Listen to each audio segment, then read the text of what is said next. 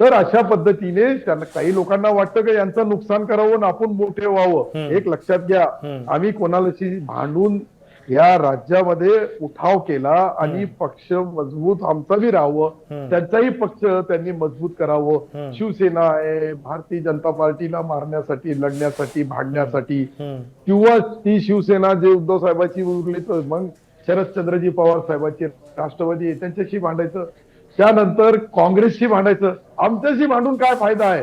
त्यांचा पक्ष वाढवण्यासाठी आम्हाला संपून टाकतं का? मग आम्ही काही पाप केलं का?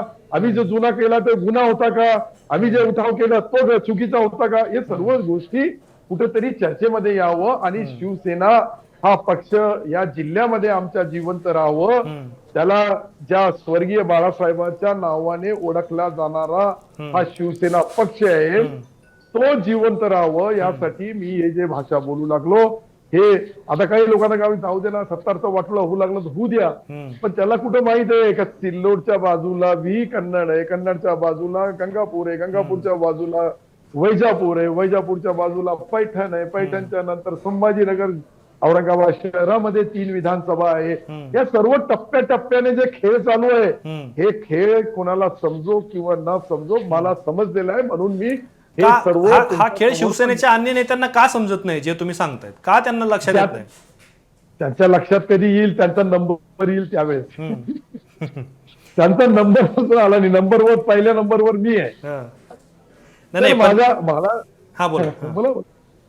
तर माझ्यावर आहे म्हणून त्यांना चांगलं एक मुसलमान संपून जाईल तर आपला पुढचा राजकारणाचा सर्व थेट रेट क्लिअर होऊन जाईल असं मी काही लोकांना वाटतं. तुम्ही अल्पसंख्याक आहात म्हणून तुम्हाला टार्गेट केले जातं असं तुम्हाला वाटतंय? हे काही सांगायची गोष्ट आहे का?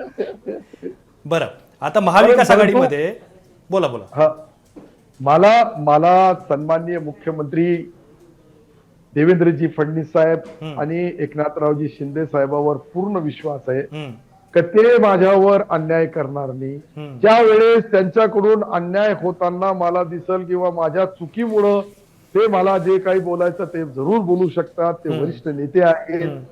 त्याच्यानंतर मी माझ्या कोणी ऐकत नसल तर शेवटी मला कुठेतरी हातपाय, मी काही मंदिरचा पुजारी किंवा मस्जिदचा पेशवाम नाही, मी राजकारणी आहे. राजकारणाचे कधी कोणते डाव खेळायचे, कधी खेळायचे, वेट अँड वॉच. मी बरोबर जसा जशी परिस्थिती निर्माण होईल त्या परिस्थितीनुसार माझ्या मतदारसंघावर कोणी अन्याय केला तर त्याला मी कदाचित माफ करणार नाही.